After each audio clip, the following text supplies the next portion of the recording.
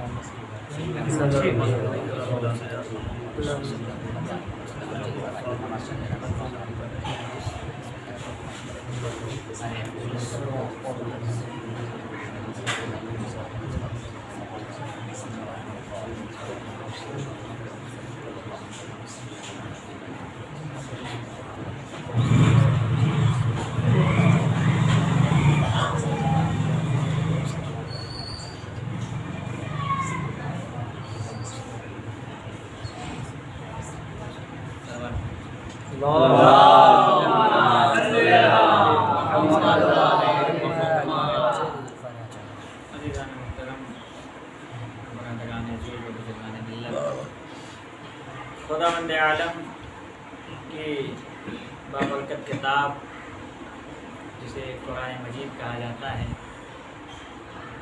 और अल्लाह अपनी इस किताब में इरशाद फरमा रहा है कि हमारे नज़दीक सबसे पसंदीदा दीन इस्लाम है। और इस कुरान के बारे में खुदा ने कहा, देखो इस कुरान को आम जैसी किताब न समझना, इसलिए ये किताब उन किताबों से अफजल है। कौन किताब? वो किताब जो मूसा को दी गई, वो किताब जो ईसा को दी गई, वो किताब जो दाऊद पैगंबर को दी गई। उन किताबों से अफजल ये किताब कुरान है।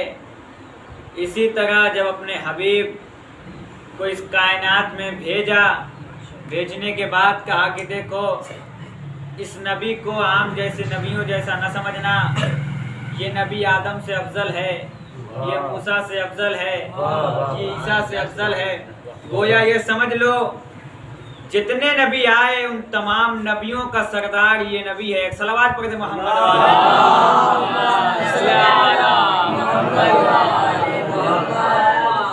कहा कि हमने इस कुरान को नाजिल किया और अपने हबीब के सीने पे उतारा। उतारने के बाद खुदा ने कहा देखो इसे उन किताबों की तरह न पढ़ना जैसे तुम और किताबों को पढ़ते हो। कहा कि घबराओ नहीं, इसी कुरान में बताएंगे किस तरह से पढ़ा जाता है। कहा पढ़ो वरत्तिल कुरान तरतीला, ठहर ठहर कर पढ़ो। एक सलावत पढ़ दे मोहम्मद।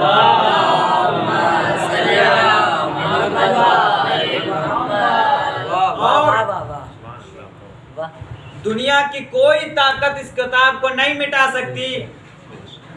ये हमारा जिक्र है और हम अपने इस जिक्र को बाकी रखेंगे। अल्लाह ने कहा फज़कुरूनी अज़कुरुकुम, तुम मेरा जिक्र करो मैं तुम्हारा जिक्र करूंगा। अल्लाह जाने इमाम हुसैन ने एक दिन में कैसा खुदा का जिक्र किया कि आज तक कयामत तक के लिए हुसैन का जिक्र बाकी है।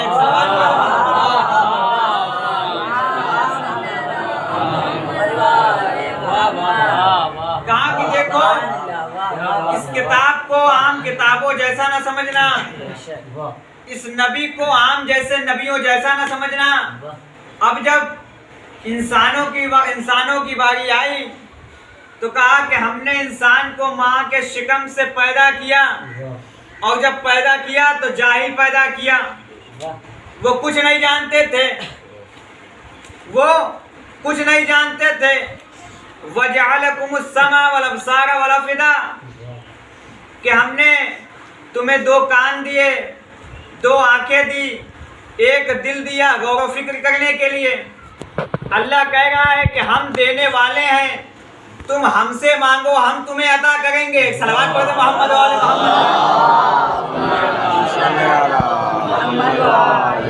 हम तुम्हें अता करेंगे, तुम हमसे मांगो, हम तुम्हें देंगे। कहा कि आंखें ले लो, कान ले लो, दिल ले लो। ए मेरे मालिक ये बता, देखने के लिए आंखें दे दी, सुनने के लिए कान दे दिए, समझने के लिए दिल दे दिया। कहा कि हमने तुम्हें पैदा किया है जाहिल, अगर तुम अपनी जहालत को मिटाना चाहते हो तो इन 5 का इस्तेमाल कर लेना।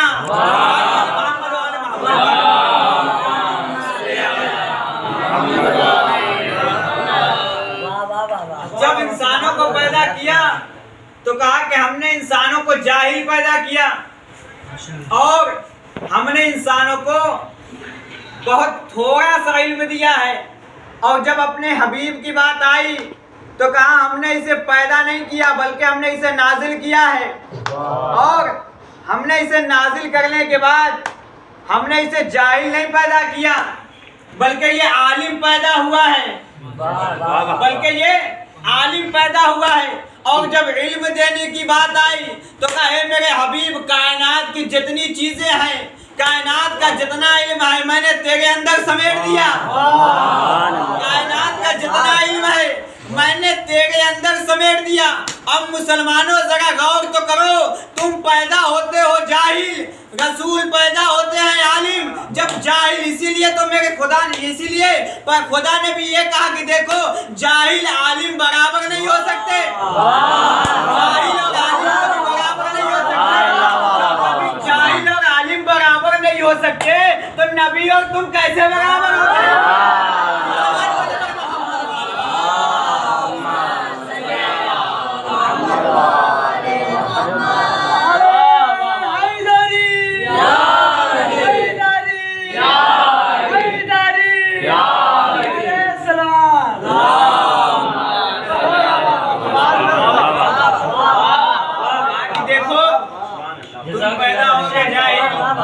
नबी पैदा होगा आलिम, और आलिम जाहिल कभी बराबर नहीं हो सकते। और खुदा ने कहा कि देखो ये जो तुम्हें आंखें दी गई हैं, हमने तुम्हें आजाद पैदा कर दिया है, तुम्हें सुनने के लिए समाअत दे दी, देखने के लिए बसारत दे दिया, तुम्हें जबान भी अता कर दी, और ये सब मुख्तार हैं, आजाद हैं, हमने तुम्हें दे दिया। अब तुम्हारा काम है इस सुनने के लिए इन समातों से तुम अच्छी चीज सुनो या बुरी चीज सुनो। देखने के लिए आंखें दे दी, या तुम अच्छी चीज देखो या बुरी चीज देखो। बोलने के लिए जबान दे दिया, या तुम बुरे काम बोलो, या बुरी बातें करो या अच्छी बातें करो। तुम्हें हाथ दे दिए, या तुम इस हाथ से अच्छे काम करो या बुरे काम करो। खुदा ने कहा इस काम में तुम खुद के मुख्तार हो, इसका हिसाब व किताब रोज़े महशर होगा। सलवात पढ़ो मोहम्मद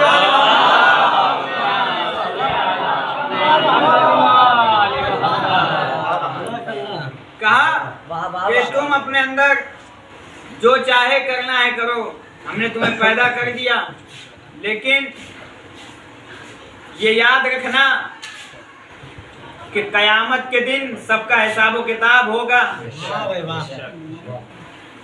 अजीजों, एक सलवात पढ़ते मोहम्मद वाले मोहम्मद पर।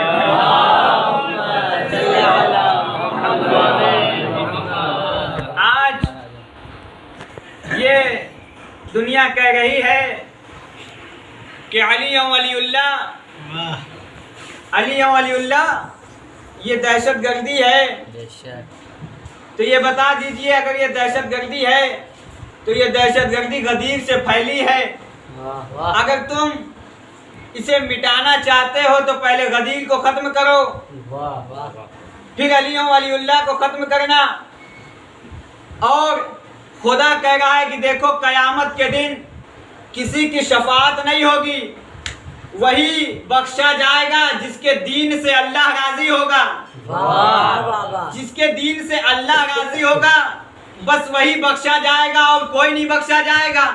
ए मेरे मालिक ये बता तू किसके दीन से राजी है? सलवात पढ़ते मोहम्मद वाले मोहम्मद।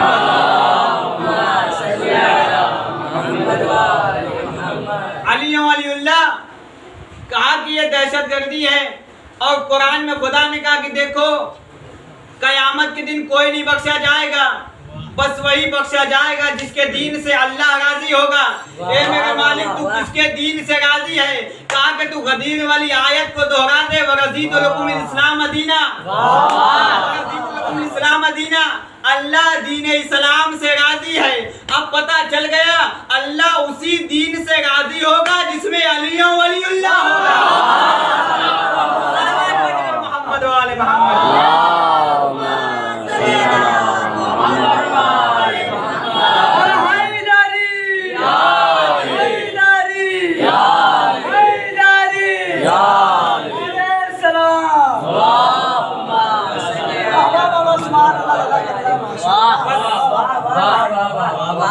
बख्शा जाएगा।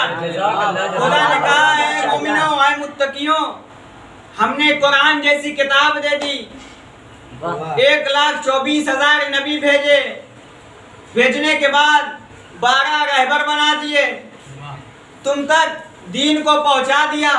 फिर खुदा ने कहा कि देखो हम मोमिनों को बचाते हैं, हम मोमिनों को बचाते हैं। ए मेरे मालिक तू कहाँ से बचाता है? कहा कि पर आयतल कुर्सी में लिखा है अल्लाह वलीउल्लज़ीना आमनू युखरिजुहुम मिनज़्ज़ुलमाति इलन-नूर। अल्लाह ज़ुलमात से मोमिनों को निकालता है, ज़ुलमात से निकालने के बाद चौथे नूर में लाता है। एक सलवात पढ़ते मोहम्मद वाले मोहम्मद पर।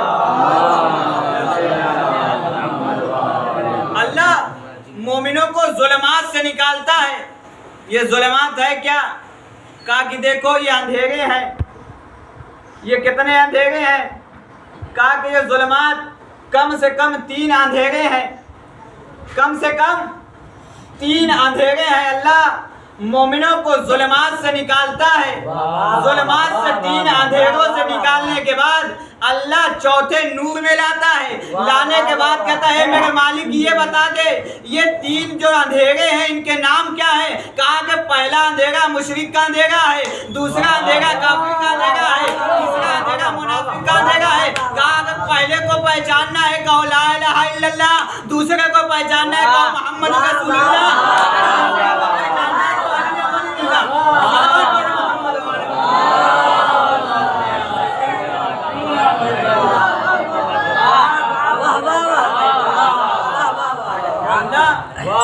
मोमिनों को निकालता है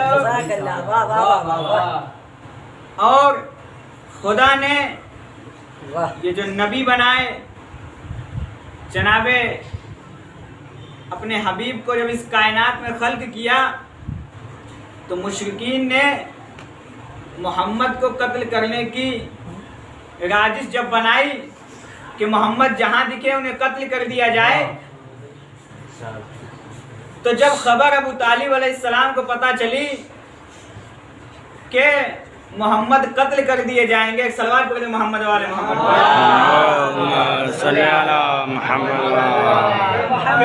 को कत्ल का होने का जरिया बना रहे हैं, तो अबू तालिब ने कहा है मेरे भतीजे मोहम्मद तुम अब अकेले बाहर ना निकला करो, जब भी बाहर जाना अपने चचा को लेके साथ चलना। कहा ठीक है। इत्तेफाक ये हुआ कि एक दिन सरकार कायनात घर से निकल गए। जब अबू तालिब लौट के घर आए, आने के बाद उन्होंने देखा कि घर पे मोहम्मद नहीं है और कहा है बनी हाशिम के जवानों यहाँ आओ, ये बताओ मोहम्मद कहाँ पर हैं। सबने कहा है अबू तालिब हम लोगों को नहीं पता कि मोहम्मद कहाँ पर हैं। कहा ऐसा है कि तुम अपने अपने नैज़ों को लेकर आओ, लाने के बाद इन मुशरिकों के बीच में जाकर बैठ जाओ और हम अपने भतीजे मोहम्मद को जा रहे हैं तलाश करने के लिए। सलवात पढ़ते मोहम्मद वाले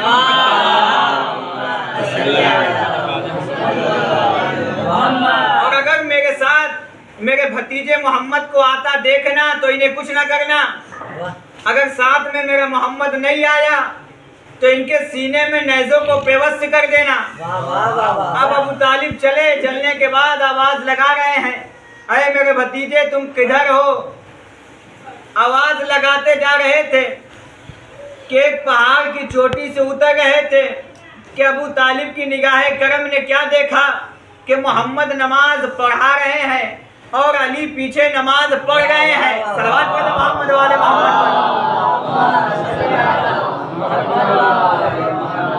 मोहम्मद नमाज पढ़ा रहे हैं, पीछे अली नमाज पढ़ रहे हैं।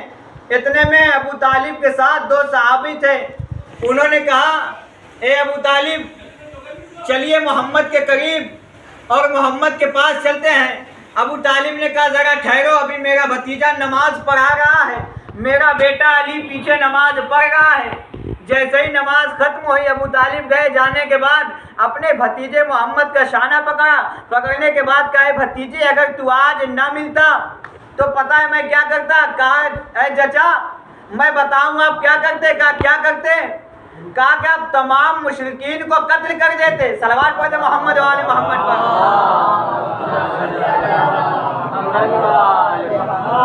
इधर अबू तालिब और आखिरी नबी बात कर रहे थे कि इधर जो दो सहाबी थे उन्होंने अली को बुलाया। अली का बचपना था। अली से पूछा या अली ये बताओ तुम क्या कर रहे थे। अली ने कहा जो मेरा नबी कर रहा था। कहा ये बताओ तुम्हारा नबी क्या कर रहा था। कहा अपने अल्लाह की इबादत कर रहा था। सहाबी ने पूछा या ए अली ये बताओ क्या जो तुम इबादत कर रहे हो अपने बाप अबू तालिब से पूछ के इबादत कर रहे हो। अली ने कहा ये बताओ जब खुदा मुझे खल्क कर रहा था क्या मेरे बाप से पूछ के खल्क कर रहा था।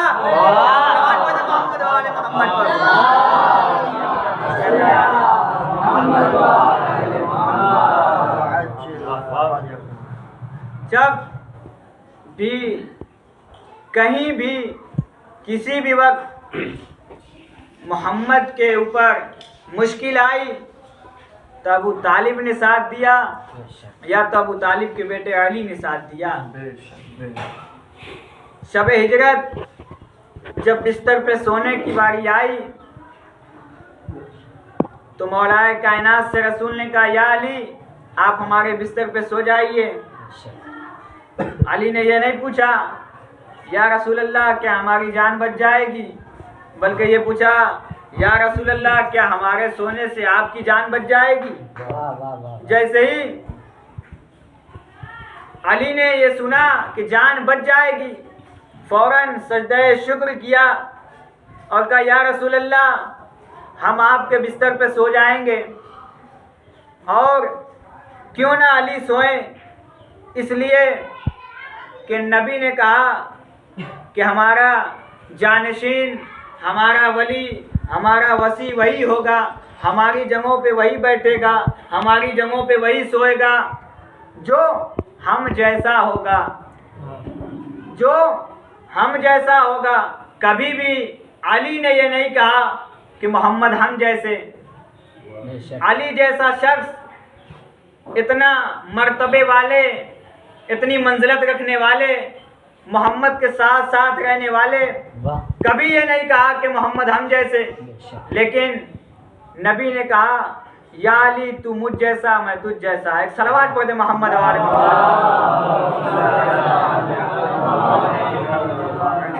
अजीजों आज हुसैन ने और अली ने जब भी कोई भी मुश्किल आई अपने आप को कुर्बान कर दिया रसूल के लिए।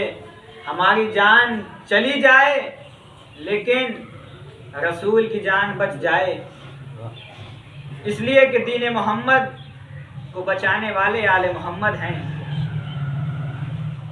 भेजने वाला अल्लाह है, लाने वाले जिब्रील हैं, पहुंचाने वाले मोहम्मद हैं, बचाने वाले आले मोहम्मद हैं। इसीलिए आज दुनिया जनाब इब्राहीम ने अपने इस्माइल को फ़कत एक मरतबा कुर्बान गाह में लिटा दिया, आज तक दुनिया याद कर रही है। लेकिन मेरे अबू तालिब ने अपने अली को न जाने कितनी जगहों पे कुर्बान गाह में लिटाया, लेकिन आज तक दुनिया नहीं याद कर रही है। उसी अली के बेटे जिसका नाम हुसैन इब्न अली है। अजीज़ों, एक मरहुमा के इसाले सवाब की मजलिस है। ये क़याम हुसैनी में आग लगना ये कोई नई बात नहीं थी। इसलिए अजीज़ों, जैसे ही बाद रसूल के शहादत के बाद मुसलमानों ने वो सितम ढाए जनाब सैयदा के ऊपर, और इमाम हुसैन को रसूल ने न जाने कितनी जगहों पर पहचानवाया कि ये हुसैन है, इसे पहचान लो, ये हुसैन है, इसे पहचान लो। लेकिन दुनिया ने हुसैन को देखा लेकिन हुसैन को पहचाना नहीं कि ये हुसैन है कौन। बाद रसूल जब लोग सैयदा के दर पे आगो लकड़ियां लेकर आ गए तो सैयदा ने क्या कहा था, क्या तुम उस घर में आग लगाओगे जिसमें छोटे छोटे बच्चे हसन हुसैन रहते हैं? ए शहजादी, आप ये कह रही हैं इसलिए कि इन छोटे छोटे बच्चों को मेरे बाबा ने न जाने कितनी जगहों पे पहचानवाया था, शायद मुसलमान पहचान जाए कि ये हसन हुसैन का घर है, इसमें आग ना लगाई जाए। लेकिन अजीज़ों, दुश्मनों ने कहा है सैयदा अबुल हसन को बाहर निकालो वरना घर में आग लगा देंगे। जैसे ही जनाब सैयदा के दरवाजे पे आग लगी, सैयदा दरो दीवार के दरमियान पीस दी गई। एक बेटा था जिसका नाम मोहसिन था, वो वतन मादर में शहीद हो गया। अजीज़ों, ये वक्त जनाब ज़ैनब ये माजरा देख रही थी और देख के कह रही होंगी, ए बाबा अली, ये बताइए अब मुझे कितनी मुसीबतें सहनी होंगी। शायद अली ने कहा होगा, ए ज़ैनब, अभी ये तो कम है, अभी तुमने फ़कत घर में आग लगते हुए देखा, अभी तुमने किसी को शहीद होते नहीं देखा। लेकिन ए ज़ैनब, एक वक्त वो भी आएगा कि जब करबला का मैदान होगा और यके बाद दिगर शहीद हो रहे होंगे। ए ज़ैनब, तू ही होगी जो देख रही होगी। अज़ादारों, एक वाक़या है कि मौलाए कायनात ने जनाब ज़ैनब को महमिल में बिठाने के बाद रात की तारीकी में गलियों में ले जा रहे थे और हर एक मकाम पे महमिल को रोक रहे थे। जनाब ज़ैनब ये माजरा देख के कह रही थी, ए बाबा, आप ये महमिल को जगह जगहों पे रोक क्यों रहे हैं? अली के आंखों से अश्क जारी था। शायद अली बताना चाह रहे थे, ए ज़ैनब, अरे यही वो दरबार होगा जब तुम्हारे हाथों में रसन होगी और तुम्हारा एक भैया एक बेटा जिसका नाम सैयदे सज्जाद होगा, इसी मकाम पे तुम्हें शराबियों के बाजार में आना होगा। अजरकुम अल्लाह। अजीज़ों, ये माजरा जनाब ज़ैनब ने तमाम माजरे को देखते हुए जब ये बीबी करबला के मैदान में आई है, आने के बाद जनाब ज़ैनब ने फरमाया, ए भैया हुसैन, ये बताइए ये जो ज़मीन करबला है मुझे सही मालूम नहीं होती। हुसैन ने कहा ए बीबी ए ज़ैनब, अरे तुम नहीं जानती। जनाब ज़ैनब ने फरमाया ए भैया हुसैन, अरे कोई बीबी है जो पसे खैमा रो रही है। ज़ैनब ने कहा, हुसैन ने फरमाया ए ज़ैनब, अब जब रोने की सदा आए तुम मुझे लेके आना। जब रात की तारीखी हुई, वो रोने की सदा आने लगी, फौरन हुसैन के खैमे में आई। ए भैया हुसैन, अरे वो बीबी रोने की आवाज आ रही है। इतना कहना था। हुसैन गए जाने के बाद कहा ए ज़ैनब, अरे तुमने ना पहचाना, ये मेरी माँ फातिमा ज़हरा है जो करबला तक आ गई। ए भैया ए बेटा हुसैन, अरे ये माँ तेरे साथ साथ रहेगी अजरकुमल्लाह।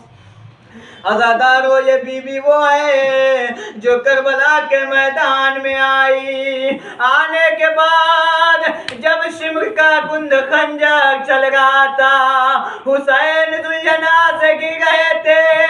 जनाबे ज़ैनब ये माजरा देख रही थी और कह रही थी ए शेम, अरे मेरा माजारा कत्ल हो रहा है और तू देख रहा है। इतना कहना था। एक सदाए अला कद कुतल हुसैन बे करबला, अला ज़ुबे अल हुसैन बे करबला। इन्ना लिल्लाहि व इन्ना इलैहि राजिऊन। कसम बे कसाई व तस्लीम। परवरदिगार मोहम्मद वाले मोहम्मद के सदक़े में इस मजलिस से आज़ाद कबूल अता फरमा।